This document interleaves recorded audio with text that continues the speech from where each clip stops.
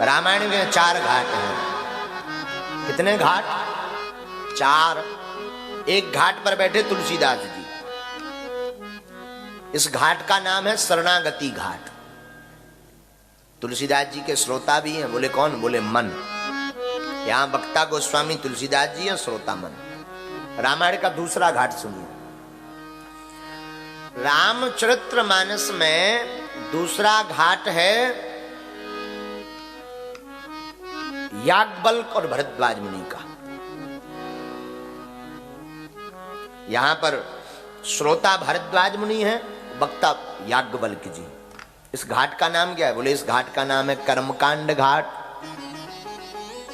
तीसरा घाट रामचरितमानस में कौन सा है? तीसरा घाट है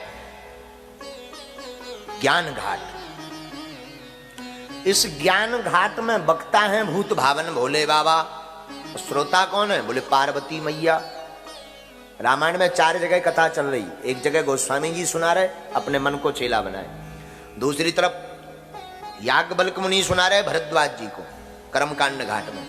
और तीसरी तरफ ज्ञान घाट में भोले बाबा सुना रहे हैं पार्वती मैया को। चौथा घाट कौन सा है? बोले देखो चौथा घाट जो है वो बड़ा प्यारा घाट है। वहां पर कागभुषुंडी जी पक्षीराज गरुड़ जी को कथा सुना रहे हैं। हिमालय में नीलगिरी पर्वत पर कथा चल रही है। देखो एक बड़ी अद्भुत बात है। कागभुषुंडी जी हैं कौवा। और कौवा की वाणी कैसी होती है? कर्कश। हाँ जी या ना जी? बोलो। कौवा की वाणी होती है कर्कश, परंतु रामचरितमानस का एक ऐसा कौवा है जो मीठी वाणी बोल रहा है राम की कथा। वो कागभुषुंडी जी महाराज है। जहां कौवा भी मीठी वाणी बोलने लगे, उसी पावन सदग्रंथ का नाम है श्री रामचरित्र मानस। अरे यहां की बात क्या बोले रामायण की? रामायण का तो बंदर भी बड़ा सुंदर है। रामायण में तो बंदर भी बड़ा सुंदर। अतुलित बलधामम श्री हनुमान जी महाराज। हेम शैला विदेहम धनुजवन कृशानु ज्ञानी नामाग्रगण्यम सकल गुण निधानम वानराणामुधीशम रघुपति प्रिय भक्तम वात जातम नमामि। रघुपति प्रिय भक्तम वात जातम नमामि। तो रामचरितमानस में तो बंदर भी सुंदर है। और बंदर इतना सुंदर है कि दशकंधर का मूड काट रहा है, मूंछ काट रहा है। दशकंधर कौन? रावण, जिसके 10 सिर। हनुमान जी कौन? बंदर। हम नहीं कह रहे, हनुमान जी खुद कह रहे अपने मुख से। कपि चंचल सब ही विदेहीना। हम कपि हैं, बंदर हैं, बड़े चंचल हैं। लेकिन अद्भुत बात है, बंदर भी रामायण का सुंदर है। और इतना सुंदर है कि चारों युग परिताप तुम्हारा। इतने सुंदर हनुमान जी चारों युग। अब जहां तहां देखो हनुमान जी की मूर्ति। तो रामायण में तो बंदर भी सुंदर है। बोले कैसे? बोले ये राम जी की कथा का प्रताप है कि कर्कश वाणी बोलने वाला कौवा भी मीठी वाणी बोल रहा। और रामचरितमानस में रामायण का प्रताप है कि बंदर भी बड़ा सुंदर है। इसलिए उस कांड का नाम भी सुंदर कांड है। जहां इनकी चर्चा शुरू होती है, इसलिए उस कांड का नाम भी सुंदर कांड इसलिए पड़ा कि जहां बंदर भी सुंदर हो, वो इससे बढ़िया सुंदर क्या हो सकता। इसलिए गोस्वामी जी ने नाम ही लिख दिया सुंदर कांड।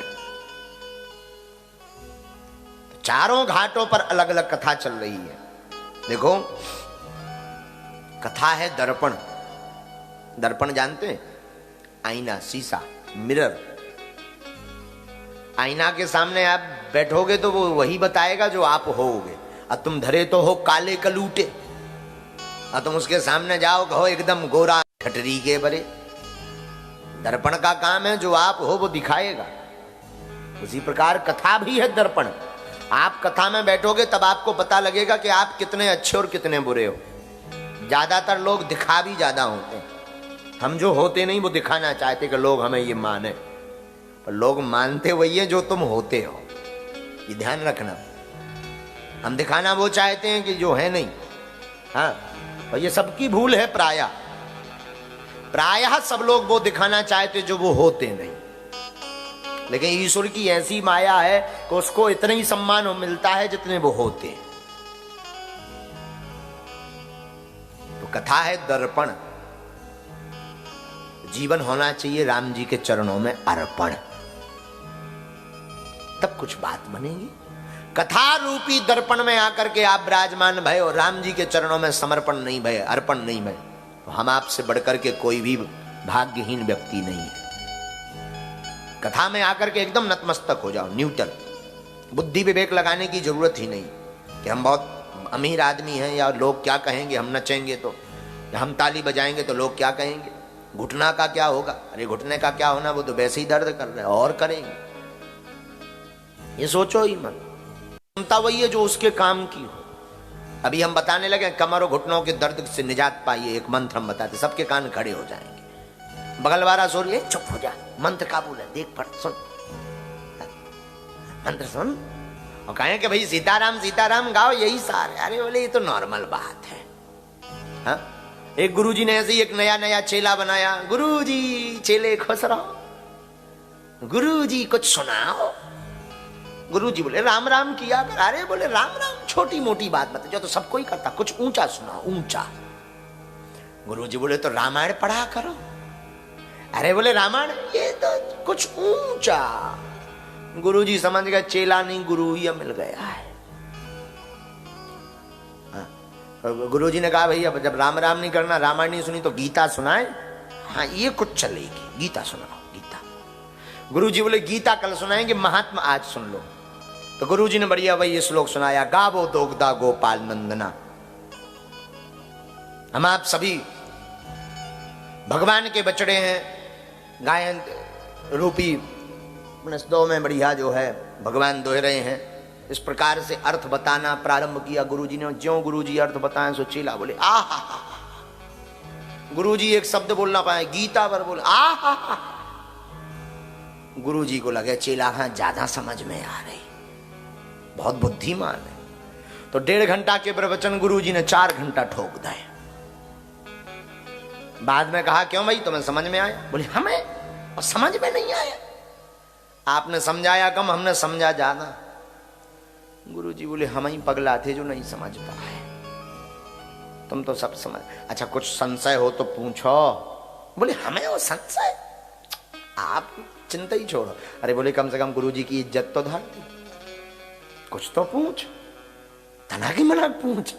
बोले और तो सब समझ में आ रहा था, लेकिन एक चीज बार बार आप बोल रहे थे वो समझ में नहीं आ रहा था। क्या? गावो दोगदा गावो दोगदा गावो दोगदा। वो 2 गधा कौन थे? और तो सब समझ में। गुरुजी माथा पीटने लगे, जय हो तुम्हारी। बोले भाई अरे नहीं बताओ बताओ, माथा मत पीटो, देखो हमने कठिन क्वेश्चन कर दिया है। गुरुजी बोले एक तुम एक हम, वही 2 गधा थे। सियावल रामचंद्र की। नहीं आप लोग तो समझदार हो, ये आपकी कथा नहीं है, ये तो उसकी कथा है कि कल के दिन तो हमारी ठटरी बार हो। बताओ हद हो गई, बताओ। गुरुजी ऐसा कह रहे हैं, हम तो ये समझाने की बात बता रहे हैं।